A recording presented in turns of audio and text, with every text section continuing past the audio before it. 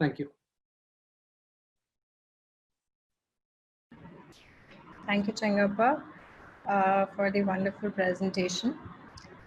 Now we'll be talking about predatory journals publishing in black and white.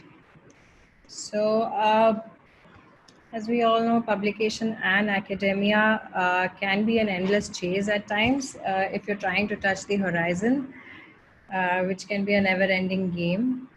We need to prevent ourselves to get to a state where greed begets greed and we resort to unethical publishing practices. So while you would be familiar with some of these unethical practices like falsification, plagiarism, conflict of interest, authorship, which we just talked about, not all of them will be as obvious to you as they seem to be. So instead of you going fishing, sometimes the sharks can come get you. And it is also important when you find a prolific scholar and you're like, oh, wow, they're publishing a lot. You need to view them through the prism of ethical authorship violation, which includes publishing in predatory journals. So, for those of you who are familiar with the Chinese philosophy, yin and yang, the concept of dualism, it also applies to science and here in predatory publishing, where these seemingly contrary concepts, you want to publish in a predatory journal, but or you have fallen prey to them. So it doesn't really matter because these are complementary processes. Eventually, the output and the endpoint is that you have published in a predatory journal, and people are going to view you through look at it through that perspective.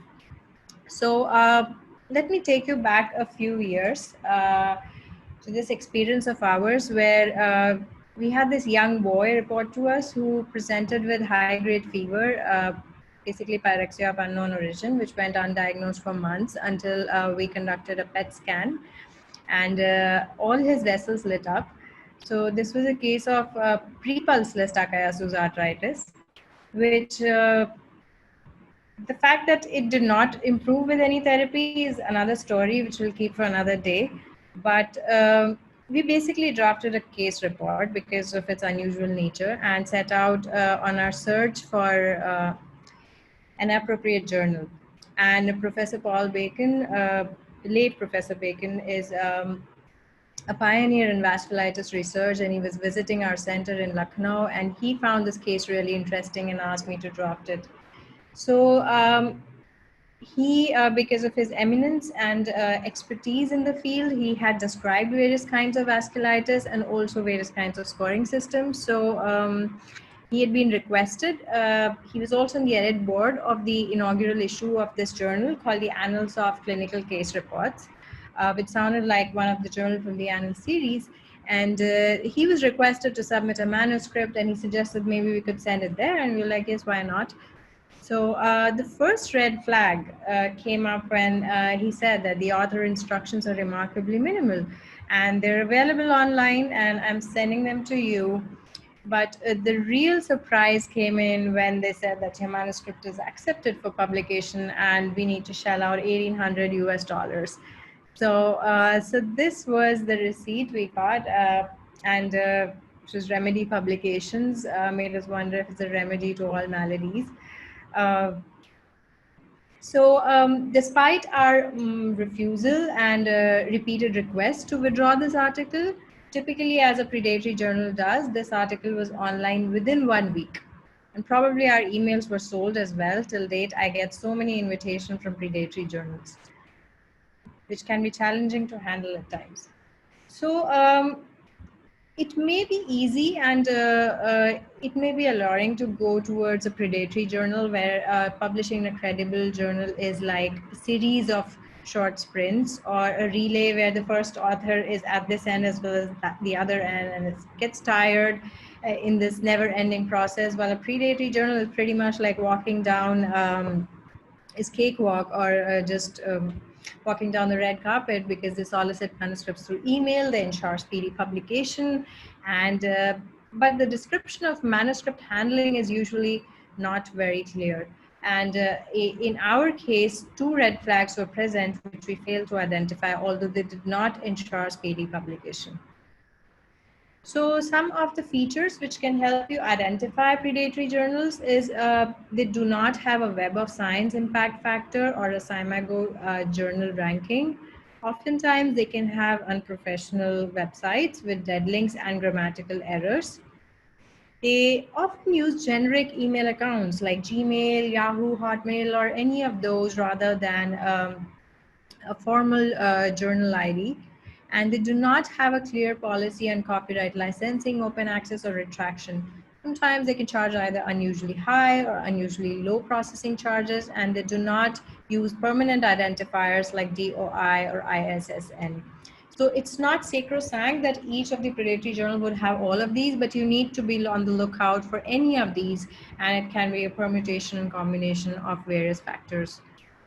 So this is an interesting report in Nature where a group of scientists who were fed up of various invitations which were not related to their field, they decided to go on this sting operation where they first created a fake scientist named Anna Oszust, where Oszust in Polish means fraud, and they created the sham profile where they applied to be the editor-in-chief of 360 journals.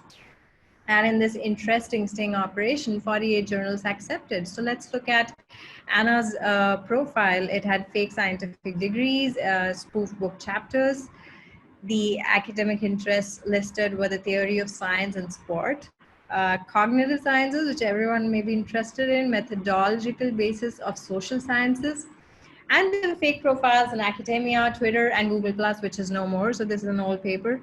And they also created a faculty webpage at the Institute of Philosophy in Poznan, a page which could only be accessed through the link in our CV.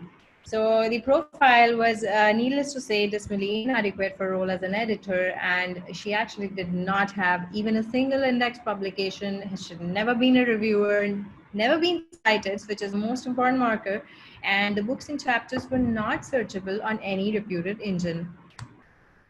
So who embraced the fake here?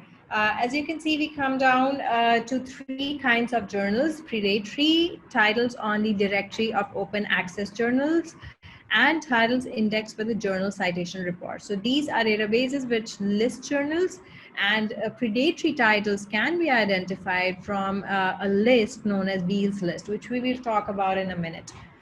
So, and open access journals are those where the article is not copyright protected by the journal or the publisher, and the author has a copyright. They can be either gold open access, where the author pays to get the copyright, or it can be platinum, where it's sponsored by a society or some other organization. So as we can see here, predatory journals were the ones who immediately accepted, sometimes within hours, this Anna Oszust as the editor-in-chief, and it was rejected by a few and no response from a few. While the directory of open access journals also had a fraction of journals which did accept this fake profile as the editor-in-chief, suggesting that we may view this group of journals with caution as well. While those which were indexed by the JCR came out clean and either rejected or had no response. So there are various whitelists to look out for when you're submitting your article. You don't want to fall into the publication trap. So there is the DOAJ, and then there's Open Access Scholarly Publishers Association. There is the Committee of Publication Ethics, which we talked about. And then there are organizations which archive journal names for Bangladesh, Nepal, Sri Lanka, or the African journals. But blacklists are actually what is more important than whitelists, such as the Beale list. So this gentleman was an American librarian in Denver, and we have to attribute this term predatory open access publishing to him. He coined it, and he created the Beale's list, which listed all the potentially predatory open access publishers.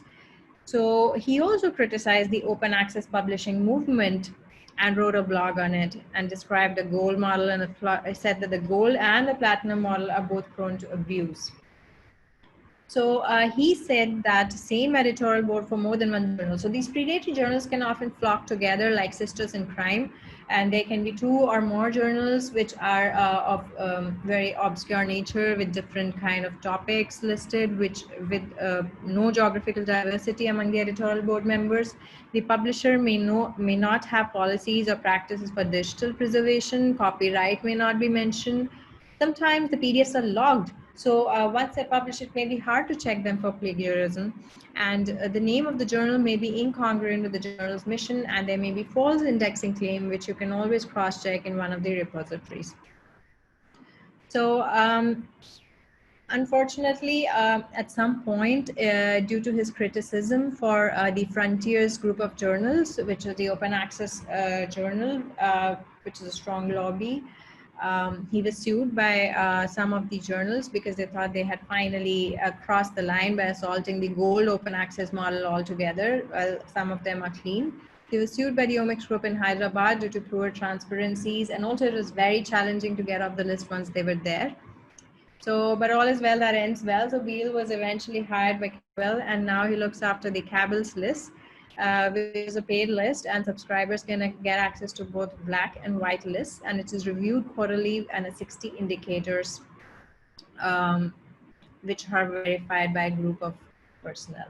So this is not all. There are other lists like the CSIR and the UGC website in India, or the Stop Predatory journals. There are many more which you can look out for. And unfortunately, India does stop the submission in predatory journals, according to this report published 2 years ago.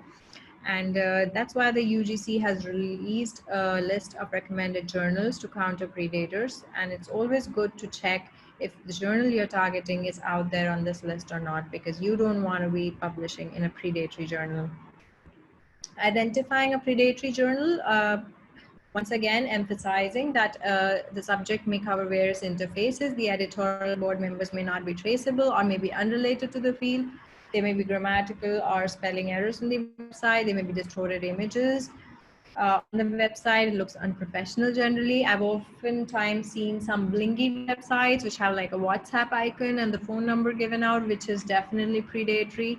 And then targeted language as if to lure the authors, and then index copper index value can be used as a promotional tool on the website. Often retraction policy is missing, so retraction is very important, and only a good journal would have a retraction policy. If not, it may be a predatory journal. Besides, they may claim to be open access but may retain copyright or fail to mention it, and then the email which we talked about a few minutes ago. So there is this thing check submit list, which you might like to go over after the lecture. It says that you need to check how long the journal has been in existence, how extensive is the archive, examine the quality of research previously published will give you a fair idea. Can you contact the publisher, and do they provide transparent details of the peer review process? Is it indexed on one of these Web of Science, Scopus, or the other bibliographic databases? And ask your colleagues if they're published or are familiar with the publication. So go to a scholarly open access website and see if the journal is listed. Even when the site is not functional anymore, it may be possible to view its cached contents to an internet archive that is a Wayback Machine. Then we have the Think, Check, Submit, which is easier, and then the DOAG, which is supposed to be a whitelist, although that's being questioned by Beale. So for further reading, I'll recommend this excellent paper, which give you further insight into this area, and open to questions, but at the end of the lecture. Thank you. Now